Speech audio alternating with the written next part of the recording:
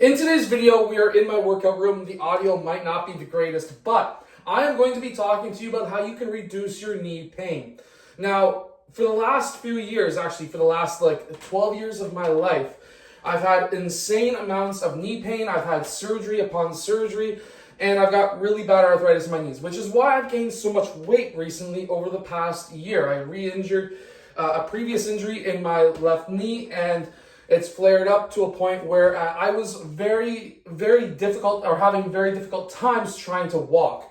And over the last few days, I've been doing a lot of research into knee pain, not because of myself, but because of my nephew, who just recently got some tendonitis or tendinosis in his knee. So in the old days, they used to say, just rest, relax, sit down, do nothing. But then I had tendonitis and tendinosis, know what they now call it, but they used to call it tendonitis. I had that in my knees when I grew up.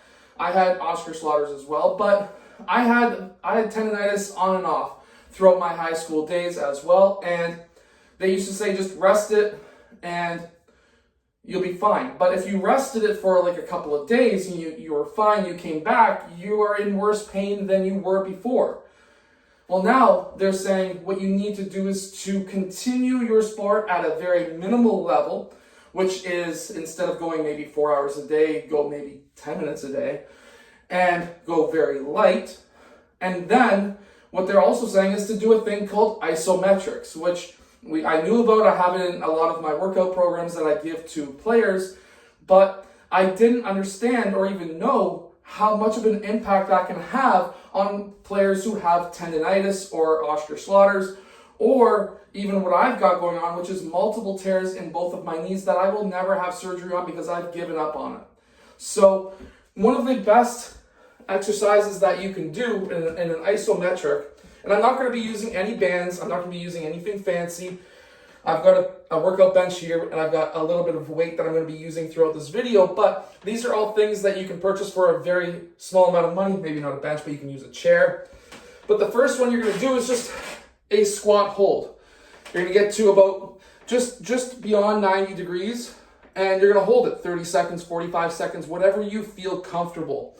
And what that's going to do is it's going to really isolate the tendon, the patella tendon in your knee.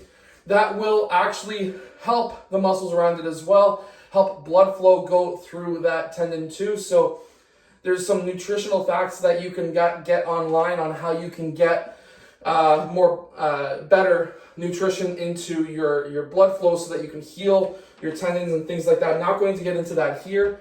However, another exercise that you can do is simply by getting either a kettlebell or what I've got, an ankle weight. Now this has got 4 pounds in it. I'm going to sit down, I'm going to put this around my foot, and then I'm going to hold my foot up. And I'm going to hold it for 30 seconds, 45 seconds, maybe 60 seconds, depending on how far along you are and how much pain you're having. And what a lot of people, even myself, because I've been experimenting with this for the last 2 days, and it's taken a lot of my knee pain away yesterday and today. And I've got torn ligaments. I've got tendons that are not in any kind of good shape at all. I have very little meniscus in my right knee, to a point where if I was, I got arthritis so bad in my right knee that if I was 65, which I am not 65 years old, my specialist, my surgeon said, you would be number 1 on my wait list to have a knee replacement. And I'm not even 35 yet. I'm not even 34 yet.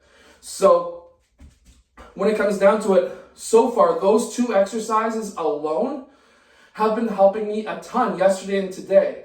Now, yesterday I had a little bit of a workout. Today I'm going to have a little bit of a workout, as well as a basketball practice later tonight. And we'll see how it goes. But overall, these through just regular daily pain, because the pain doesn't disappear for me. And these exercises in the morning have gotten rid of the pain for quite a while throughout the day. And then roughly just before the afternoon hits, the pain comes back. I did them again, and I was good for another couple of hours. And This has been absolutely fantastic. Just these 2 exercises alone, and doing 3 sets of each for 45 seconds, that's what I've been doing, has been helping me a ton. Now I can get into doing squats. Now I can get into doing a little bit of a weighted squat. Now I can actually go for a jog, because I went for a little bit of a jog yesterday and it felt good. I lost my breath like crazy because I'm out of shape, because I've gained probably around 60 pounds over the past year. But overall, this has helped me. And there's another exercise that has helped me as well. Now, this one I do struggle with. My nephew, I had him do it yesterday. He struggled with it because he's got tendonitis, but I'm going to use my better leg, even though that's the one I've had more surgeries on right now. But you're going to go up on one leg, and you're going to go slowly down, 5 seconds down, 3, 2, 1, and then you're going to get back up on 2 feet. You're going to go back on one leg, 5, 4, 3, and I lost my balance, 2, 1, and then I'm sitting down. And that is, between these 3 exercises total, has really helped me a lot. I'm hoping that it helps my nephew as well. I'm hoping that they help you. If they do, comment down below, and I'll see you guys again in my next video.